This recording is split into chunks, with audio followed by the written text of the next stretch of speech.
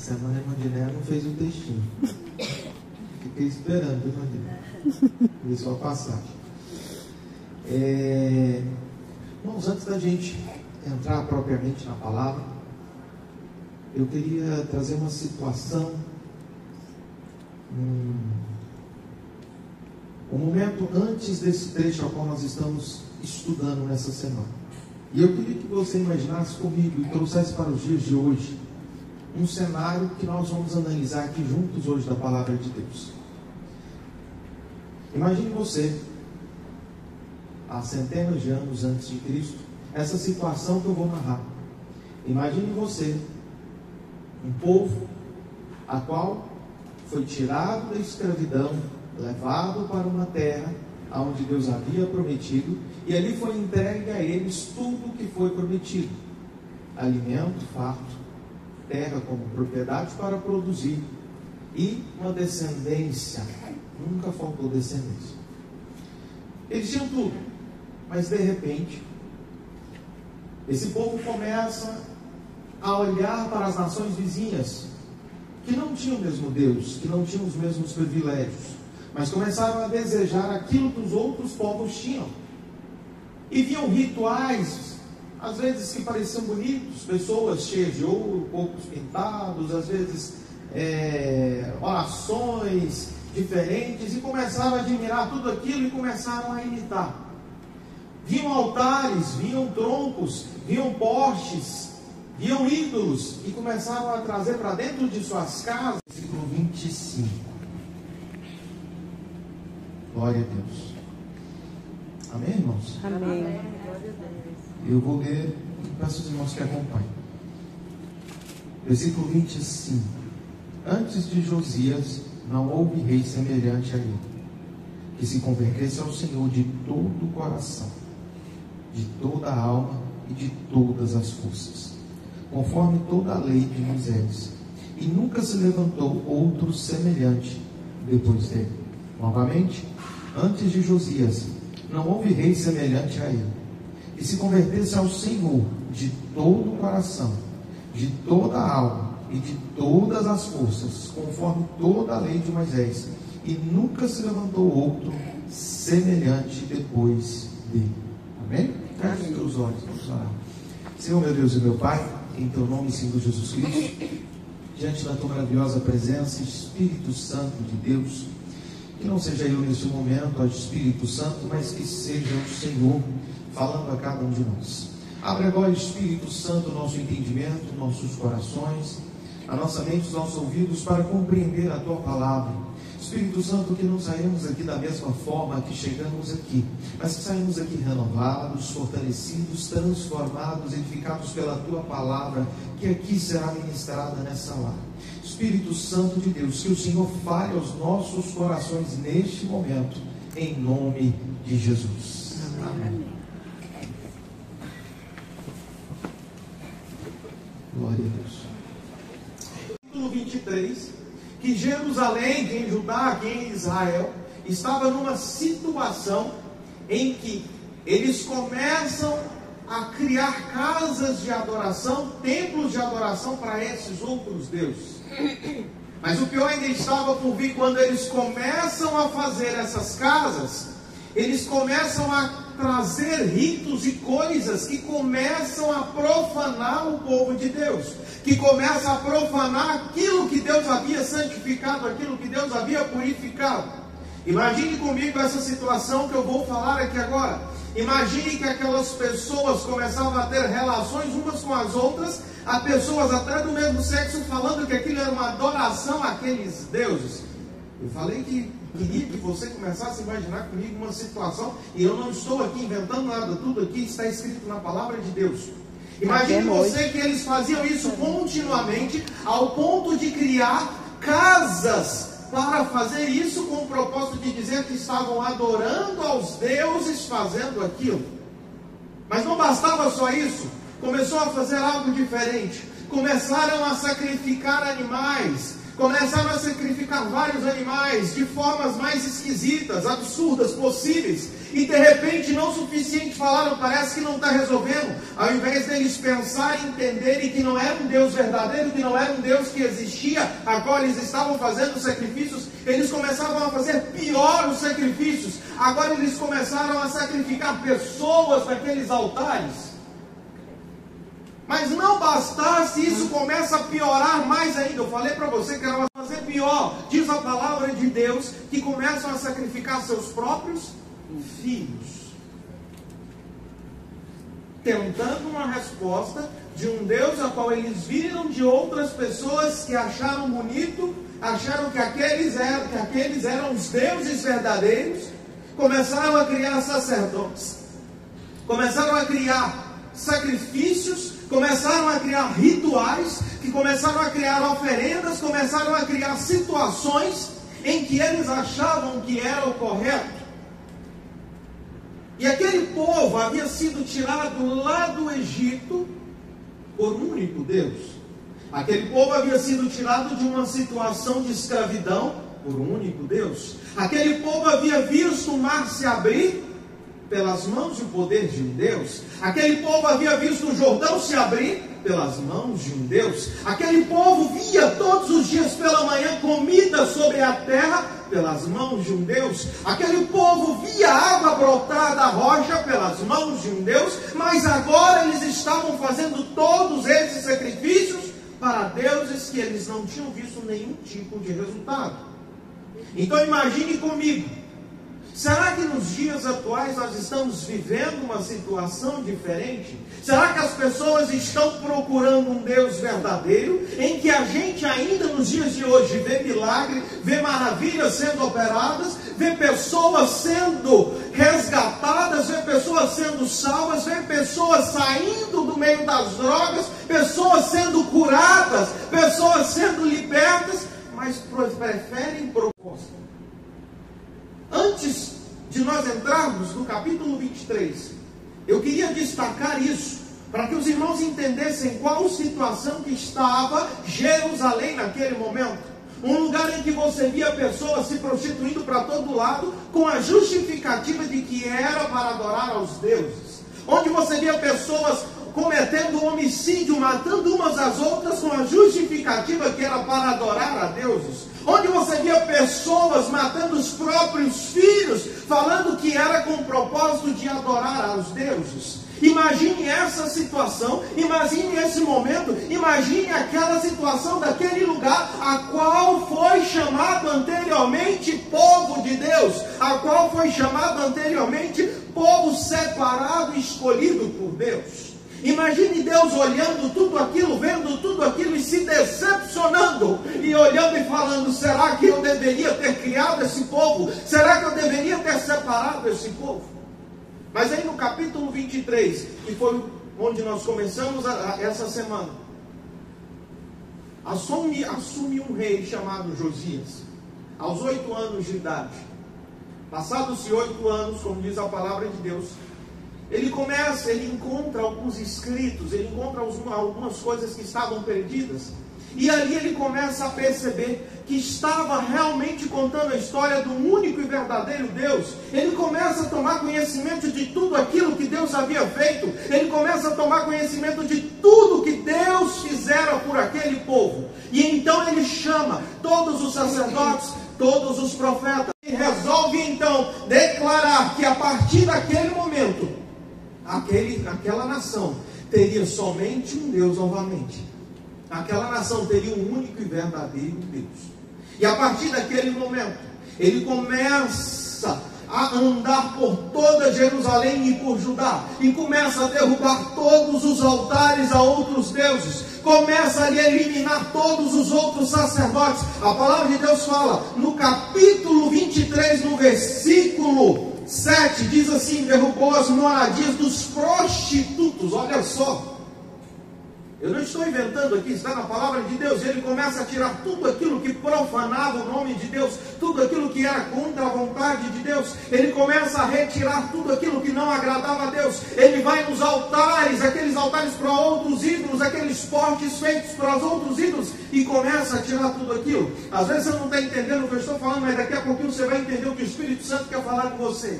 Ele começa a eliminar tudo aquilo que não agrada a Deus. Ele começa a retirar tudo aquilo que profana o nome de Deus. E no versículo 21 começa a acontecer algo diferente. Aquilo que havia sido esquecido começa a ser lembrado.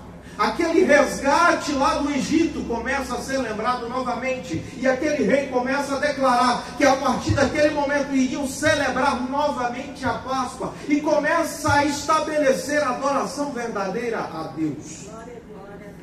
Eu estou te falando tudo isso do que está escrito no capítulo 23 em diante, mas eu queria que você começasse a pensar comigo o seguinte: essa campanha é campanha de orando pelas nossas famílias, mais distantes, mas a palavra de Deus começa a me mostrar algo diferente. Não sei se foi coincidência, Mandiné, mas eu não acredito em coincidência, eu creio na vontade soberana de Deus. E quando a palavra de Deus vem falando do rei Josias, ele vem falando de um momento em que era necessário tirar aquilo que não era verdadeiramente de Deus e trazer para dentro de Israel, trazer para dentro de Jerusalém aquilo que era o verdadeiro Deus, aquilo que era a verdadeira adoração. Essa semana nós estamos clamando pelos nossos lares, pelas nossas famílias. Mas ali Josias começa a restaurar novamente a leitura das Escrituras. Ele começa a restaurar novamente a adoração verdadeira a Deus. Ele começa a restaurar novamente o verdadeiro louvor a Deus, o verdadeiro sacrifício a Deus. E quando nós vemos isso, nós começamos a nos questionar: será que o qual nós estamos pedindo? Será que na nossa casa? Será que na nossa família? Será que dentre os nossos filhos? Será que dentre os nossos pais nós temos tirado aquilo que não agrada a Deus e trazido a verdadeira adoração para a nossa família? No capítulo 23, Josias resolve fazer uma mudança drástica.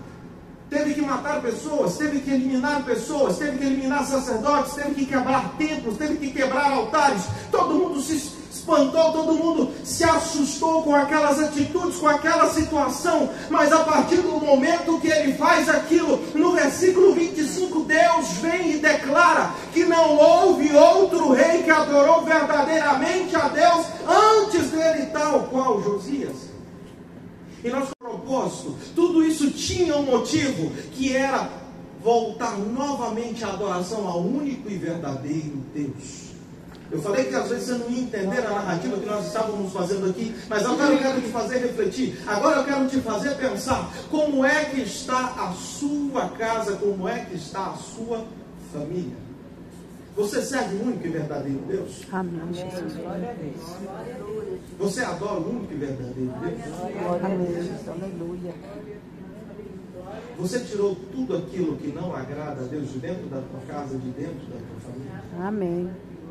Você tirou todos os sacrifícios a outros deuses? Pastor, que é isso, pastor? Eu sou crente. Não tem isso dentro da minha casa? Não existe isso dentro da minha família? Vamos lá? Vamos começar a entender as nossas casas, as nossas famílias. Eu te garanto que eu vou te mostrar aqui pelo menos uma coisa que você tem colocado, adorado antes de Deus. Você, não, pastor, eu sou crente, eu não faço isso. Sim. A palavra de Deus, ela mostra que Josias começou a tirar os mínimos detalhes, as coisas que não agradavam. Ele começa a tirar tudo. Ele começa a arrancar tudo, até os túmulos que tinham profetas de outros deuses enterrados ao lado dos altares. Ele manda arrancar tudo e queimar. Ele retirou tudo aquilo que não agradava a Deus. Ele eliminou tudo. Quando nós olhamos para dentro das nossas casas, quantas vezes, hoje não existe mais isso, porque hoje ninguém assiste televisor, mas hoje tem uma pecinha nas nossas mãos que a todo momento está tirando o local de adoração do nosso Deus. Agora eu vou te perguntar, as Escrituras, para que fosse lhe dado foco somente a Deus. Agora eu vou te fazer uma simples pergunta, não me responda. Na sua casa, todos os dias, você tem momentos para adorar a Deus? Amém. Na sua casa, todos os dias, você tem momentos para a leitura da palavra de Deus? Na sua casa, todos os dias, você tem momentos para se prostrar e orar diante do Senhor? Espera aí, você pode ter falado aí no seu coração que tem, mas aí eu vou te falar uma coisa. Josias não restaurou a adoração singular, não era aquela adoração única, sozinha. Ele restaurou a adoração em conjunto, na sua casa, no seu lar, na tua família. Você e a sua família separam momentos para ler a palavra de Deus? Na sua casa, na sua família, você separa momentos para orar a Deus em conjunto com aquele que está do teu lado, com aquele que está junto com você? Às vezes você não entende. Eu custei entender isso, eu demorei a entender isso. Mas às vezes a nossa oração sozinha, você pode orar 2, 3, 4, 5 horas. Mas quando você tem alguém do seu lado orando junto com você, a palavra de Deus, se eu não me engano, acho que você vai lembrar desse versículo, quando a palavra de Deus fala que onde estiverem 2 ou mais. Opa, peraí. Onde estiverem 2 ou mais. Não é um que começa? Não. Não, onde estiverem 2. A palavra de Deus me fala que onde estiverem 2. Em casa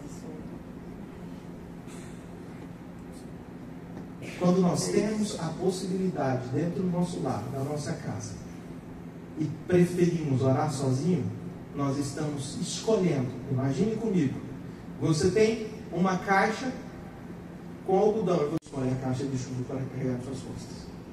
Quando você declara que vai orar com outras pessoas, não, pastor, mas é difícil, nunca quer orar junto comigo. Mas deixa eu te falar uma coisa, não sou eu que estou falando, a palavra de Deus está falando onde estiverem.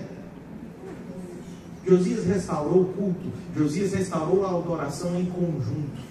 Não era de forma única, não era de forma sozinha. Porque quando estavam 2, 3, 4, 5 ou mais, um monitorava o outro, e ali eles separavam um momento para verdadeiramente adorar a Deus. Porque eu vou ter que te dizer uma coisa: quando a gente senta para adorar a Deus, quando a gente senta para buscar a Deus, quando a gente senta para ler a Bíblia, quando a gente se prostra para orar, quando a gente para ouvir um hino, passa um pouquinho, a gente já está fazendo outra coisa, a gente nem percebe que já deixou de fazer aquilo que era o propósito daquele momento, que era adorar a Deus. Mas eu te garanto que se você estivesse com mais uma pessoa, um estava monitorando o outro, e a presença de Deus teria tomado conta de vocês, e você teria passado mais tempo adorando a Deus.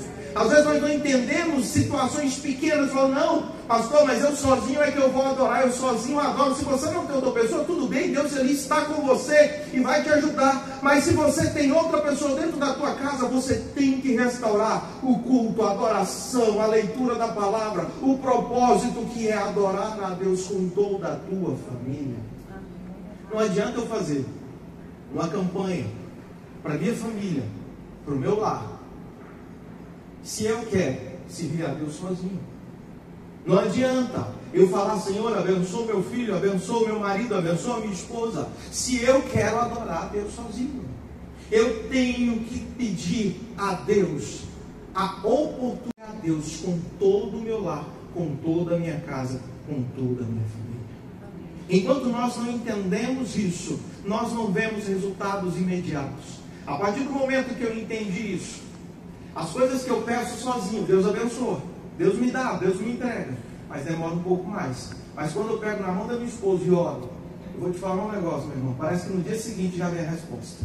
Porque os dois juntos conseguem chamar a atenção de Deus e ter um propósito, estar focados na presença de Deus. A palavra de Deus, 2 Reis, capítulo 23 ao capítulo 25. O capítulo 23 a gente vê uma passagem linda, maravilhosa, quando o rei Josias retira tudo aquilo que não é do agrado de Deus.